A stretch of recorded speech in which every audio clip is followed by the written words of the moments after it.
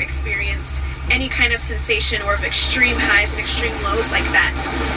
My mind couldn't really form thoughts all the way. It was as if something came in and swiped my thoughts. I don't know if that makes sense to a lot of you people, but if anybody has been like through any type of situation like this before, any targeted individuals out there, and we will go get further into what that actually means. It literally just felt every time I was getting ready to say a word, it was just like swiped from me. It was craziest thing. And then around that time, I want to say maybe like 2 months later, I moved into an apartment in Oakland. Shout out to Oakland. I love it there. But I moved into this apartment in Oakland, and I was living, there was a cell tower right above my bedroom. And I just remember things feeling okay during the day at first, but then at night, I just would wake up in these sweats and like this huge, like in my own sweat. And I just felt like I was being cooked from the inside. I felt like I was in a microwave or something, and my organs started to hurt, and it was just so many things happening at once that I really couldn't wrap my head around what was happening. And then I'd gotten sick towards the end of 2017 going into 18. I remember just being in bed, like my stomach, there's a birds flying around. I remember just being in bed with like my stomach just in knots, and I don't get sick often. Actually, I don't really get sick much.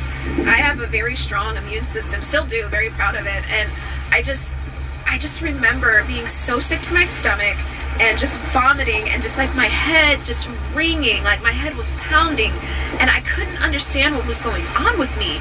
And I remember getting up at like 3 o'clock in the morning, and I'm like, I gotta get out of here. I feel terrible in this room. I remember taking a walk to Lake Merritt that night at like 3, 4 in the morning, and just feeling like I needed to get out of that space. Like something was just pulling at my energy.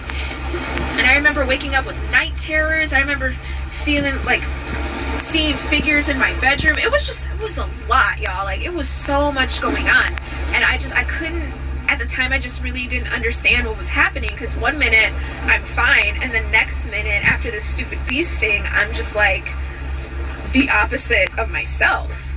I couldn't understand it.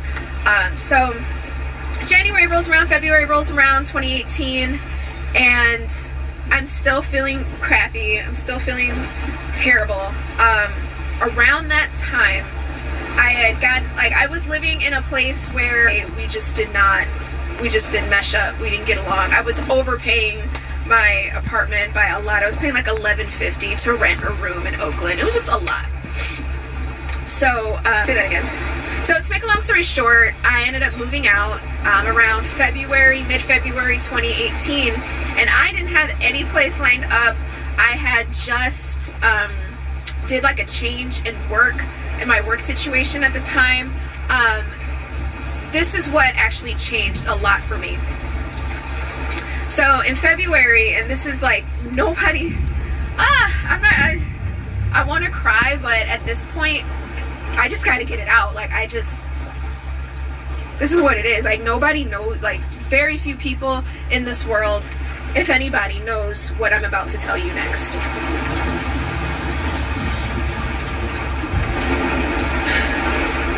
So after I moved out of the apartment I was at before, I was living in my car. But what was crazy was that I had somehow stumbled upon some information about RFID chips, like little microchips. You know the chips that they put in dogs? You know? There are chips like that for people, that they use on people. And the reason why it resonated with me so much is because I literally remember having the ability to communicate with my computer, and my computer talking back to me. It was like in my brain. It was like in the back of, from the back of my brain to about here, and I can still kind of feel it to like about here. Like able to read what my laptop was saying to me. And by the way, my laptop, you guys, was stolen randomly at the time. I remember when I had just moved out of the apartment, and I was talking to a neighbor, and a neighbor took me in, and I stayed at their place for like 2-3 days or whatever, and out of nowhere my car got broken into, but they didn't take anything but my laptop. They made it seem like they were going through my stuff to look for something. They tried to like stage it to make it look like they were going through my things, but no, they went in there to get my laptop, because I remember communicating, being able to communicate back and forth with my laptop. It was like, the best way I could describe it is that my computer would make a sound, and I would like ask the computer a question, and the computer would like say something back to me. It was so creepy. Like, I had never been able to do that before, and I just remember anytime I looked at a device, I could feel its like energy coming to me. It's crazy. You can think I'm crazy. I don't care anymore at this point, but I'm gonna tell you guys, like, I'm gonna tell the story. So anyway, after I get out of the apartment, I stumble upon this information about RFID chips, and it just like, it made my blood run cold. Like, I was watching this guy named Zachos Breedlove, and I cannot find that video for the life of me, but there was a video where it had no sound, but it had pictures, and he just was describing about a bee sting, and then he showed like mind control stuff and zombie stuff, and like the cell towers, like the way that he staged that video. I don't even know if it's on YouTube anymore. This is like 2018 at this point. If it's there, I'm going to find it. I'll look to see if it's there, but it was just like, it laid it out for me just so perfectly that only a human would understand. Like, a computer wouldn't be able to like tell what the story was, but if you were human, you'd be able to be like, oh snap, wow, that's some crazy stuff right there. So through that video, I got some more information about what that means. So and I just remember at the time, once I became aware of it, I just felt like I just went into this like weird panic. And if I can remember the details of like what the time frame was, but there was a point in time where the computer was the program was somehow aware that I was aware of its existence, and like was trying to manipulate and get me to perhaps conform or form a different opinion or form a different feeling about whatever the heck was going on. But I just remember like wanting to like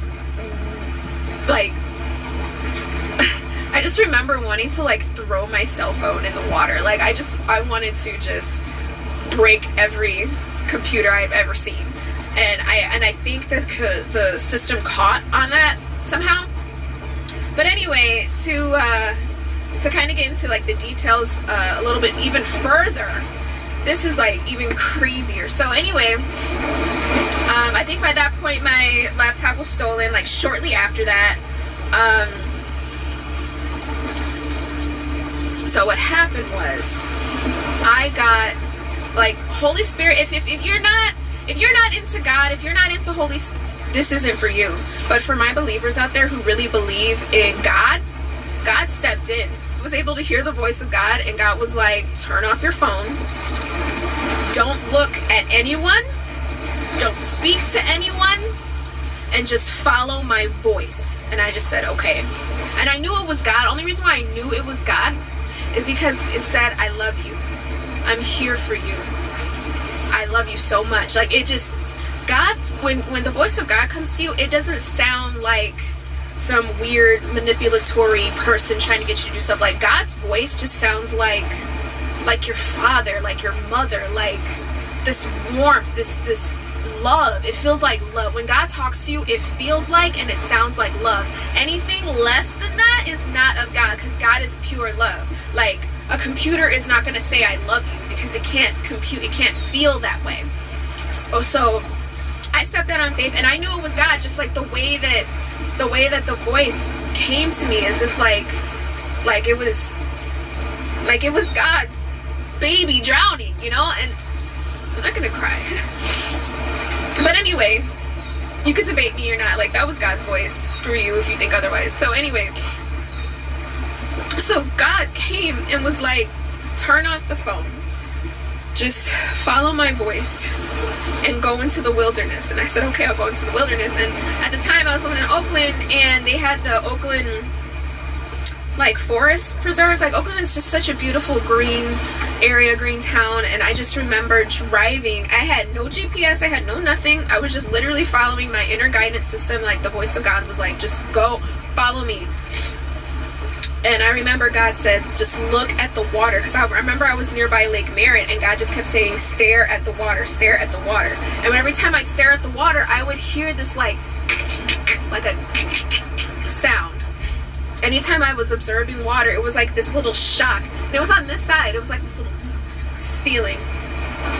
And I remember when I was driving, because I remember like right before that I was crying my eyes out, because I had gotten word of this like chip thing, and I did some research on YouTube, and I was freaked out because they said it was like the mark of the beast, and that I'm going to hell, and that like, you know, this is the devil. And then I'm just like freaking out. I just remember freaking out. And by that point I remember, and the thing is, I remember crying, and then I remember my radio in my car started to register my started to register my energy, because I remember I heard my car radio like talk back to me, not talk, but like make a sound. As I was like crying, and I was feeling so like depressed and really sad, I heard my car radio go like make a little the same sound that the computer made. And I was like, what the hell is going on? I don't understand. So, but by that point, this was like right before God told me to like chill. So anyway, I'm driving, and God was like, look at everything that's red. All I want you to see is red. Just look at red. Everything. Like, I'm like, okay, red car, red fire hydrant, red this, red that, red shirt, red shoes. All God telling me to do while I was like on the way to the wilderness, while I was on my way to nature, was like, look at just everything red. And so now I'm like obsessed with red. I have to have red around me now. Like, even years later, I have to have red. So and I was driving, and I was going up like a mountain thing to the forest preserve in Oakland. Sorry, I'm like holding this with my hand, so bear with me if it's a little shaky. So I'm going up the hill, like mountain hills or whatever. I get out the car, and God is with me the entire time, y'all. Like, God was like, don't look at nobody, don't say nothing to nobody, just be in nature right now. And I tell you, like, I'm by myself, all right, in the middle of this like forest preserve area, just me. I mean, there were people around, but there were very few people around, because I went up there like two, three times. It was like a week. It was like a span of a weekend. And I remember at one point, sorry, excuse me, I went up there like 2-3 times. And so at one point I was there like completely by myself. I think it was like on a Sunday or something, like a Sunday morning, and nobody was out there. It was just me. Anything could have easily happened to me at that time. Whew, thank God, you know, thank God it didn't. But anyway, while I was in the wilderness, God said, sit down. And so I sat down in front of a tree, and I just remember closing my eyes and just like feeling the energy of the trees and just of the nature of everything. And I just remember looking at the sun, and I just remember seeing this light, this like bright light moving, like zigzaggy, and I just remember hearing the voice of God saying, like, sing the songs of your ancestors. And I kind of know what that means now. At the time I really didn't know what that means, but now I know. But I'm supposed to be singing anyway.